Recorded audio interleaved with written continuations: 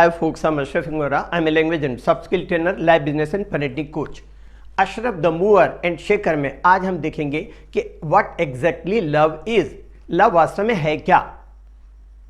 Falling in love, किसी से प्यार होना एक ऐसा एहसास है जैसे दिल और दिमाग का मेल हो। लोग कहते हैं प्यार अंधा होता है, तो क्या प्यार अंधा होता है?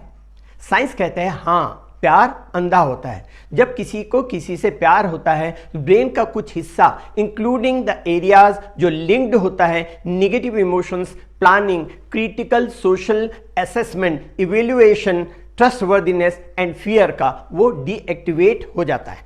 इसलिए अंधेरे से डरने वाली लड़की भी रात के अंधेरे में घर से भाग जाती है।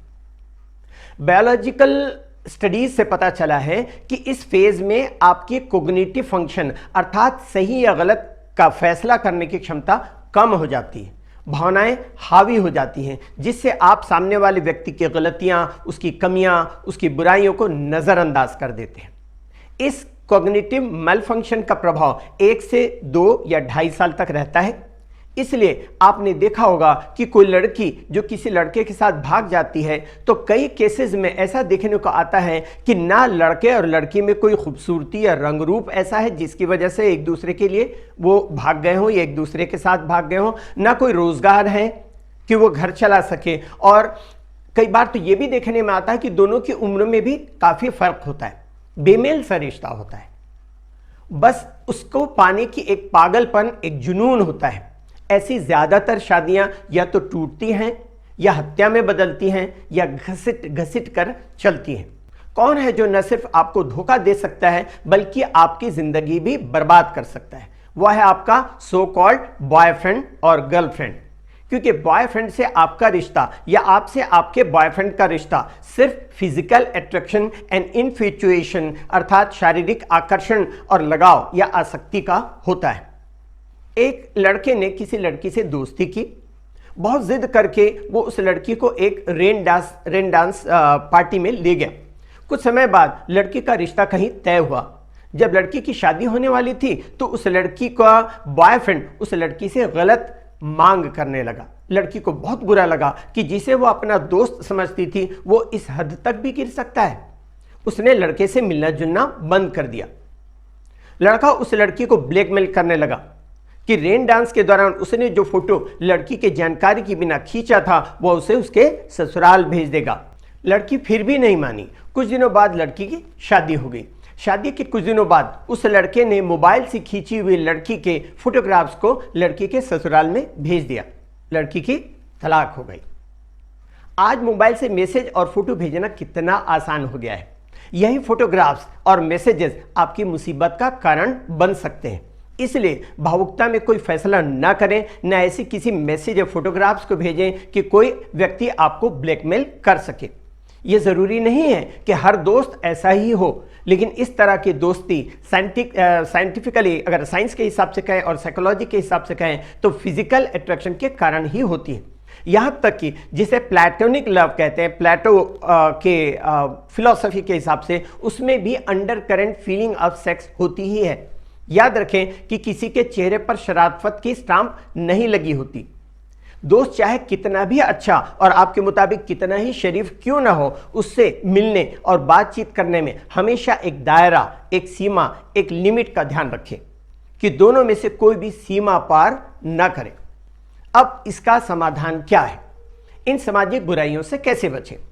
Rain dance, dating, friendship day, rose day, propose day और न जाने कितने डेज, ऐसे फालतू डे सेलिब्रेट करने से बचें।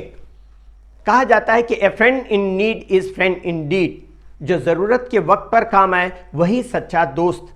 आज के दोस्तों की बजाय पहले ज्यादा गहरे दोस्त हुआ करते थे, लेकिन कुत्ते के गले में पट्टा जो बांधते हैं उस तरह कलाई में पट्टा बांध करके दोस्ती जताने की जरूरत महसूस नहीं होती थी। हर चीज जो चलन में है वही सही है। इस गलत सोच से बाहर निकले, अपने विवेक, अपने डिस्क्रेशन का इस्तेमाल करें। जो हॉलीवुड में होता है उसे बॉलीवुड वाले आंख बंद करके अपना लेते हैं। चाहे वो डेटिंग हो, live in sin. According to the advance learner dictionary, live in sin इसका मतलब होता है पाप में रत रहना। अब इसे सोशलाइज करने के लिए सिन को हटाकर उसकी जगह पर रिलेशनशिप शब्द का प्रयोग कर इसे लिव इन रिलेशनशिप करने का सिन अर्थात पाप किया गया है, ताकि यह एक्सेप्टेबल मान लिया जाए। उसी तरह होमोसेक्सुअलिटी हो या लेस्बियनिज्म हो, चीथड़े कपड़े पहनने का फैशन हो या बेहुदी हेयर स्टाइल हो, लोग भी इस तरह से ट्रेंड को फॉलो करने लग जाते हैं जैसे उनके अपर फ्लोर में भेजा ही ना हो। याद रखें, ईश्वर ने हमें दुनिया में भेजा, भेजे के साथ में भेजा, बिना भेजे के नहीं भेजा। अगर उसके भेजे हुए भेजे का इस्तेमाल हम ना करें तो भेजा भेजने वाला क्या करे। आजकल तो महंगे लेकिन चीथड़े उड़े हुए कपड़े जीन्स पहनने का दौर आ गया है। इतने चीथड़े कपड़ों से आपने इतने चीथड़े कपड़ों को भिखारियों को भी पहनते हुए आपने नहीं देखा होगा। इतने चीथड़े कपड़े से मेड सर्वेंट घर का पोछा लगाने को भी तैयार नहीं होती। तो अब सवाल उठता है कि फिर लोग ऐसे कपड़े पहनते क्यों हैं? इसके लिए जिम्मेदार कौन? तो इसके लिए जिम्मेदार है कुछ भी अलग करने की चाह, चाहे वो कितना भी बेहुदा क्यों ना लगे, वो ट्रेंड बन जाता है। अगर नए ट्रेंड के खिलाफ समझदारी की कोई बात करो तो लोग ठप्पा लगाने के लिए स्टाम्प और पेड लेकर के घूमते, ये तो ऑर्थोडॉक्स है, ये तो कंजर्वेटिव है, रूढ़िवादी है, पुराने विचारों वाला है। याद रखें, खूबसूरती एक्सपोजर में नहीं, चीथड़े कपड़े या बेहुदे हेयर स्टाइल में नहीं होती। जॉर्ज बर्नार्ड शॉ ने कहा कि जो लड़की जितना तन ढक करके रखती है उतनी खूबसूरत लगती है। यह भी समझें कि समझ 3 तरह की होती है, एक आपकी समझ, एक मेरी समझ और एक यूनिवर्सल समझ। मैं समझदार न आप समझदार। जिसकी समझ यूनिवर्सल समझ से ज्यादा मैच करती है वो ज्यादा समझदार। समझ के समझ को समझो, समझ के समझ को समझो। समझना भी एक समझ है। समझ के भी जो ना समझे, मेरी नजर में वो ना समझ है। फॉरेन में एक दिन फैमिली कम्युनिकेशन डे मनाया जाता है। अब लगभग यही स्थिति हमारे देश में भी हो गई है। देखिए कैसे हालात हो गए हैं कि हम अपने परिवार के साथ रहते हुए भी आपस में कम्युनिकेट नहीं कर पाते। आज हमारा मोबाइल ही हमारी माँ, हमारा बाप, हमारा भाई, हमारा बहन, हमारी पत्नी, हमारे बच्चे, सब कुछ हो गया है। उसी को आंखों से लगाए रहते हैं। हफ्ते में एक दिन mobile and TV switch off day मनाएं। परिवार के सारे लोगों के साथ बैठें, हंसी मजाक करें, बातें एक दूसरे से शेयर करें, बड़ों की सलाह लें और आपस की गलतफहमियों को दूर करें। इंग्लिश के लिए आप मेरे channel English breakfast with Ashraf and soft skill के लिए Ashraf the mover and shaker पर लाइक, शेयर एंड सब्सक्राइब करें। कमेंट सेक्शन में कमेंट करें, बेल आइकॉन प्रेस करें और मेरी बुक जरूर पढ़ें। Thanks for watching.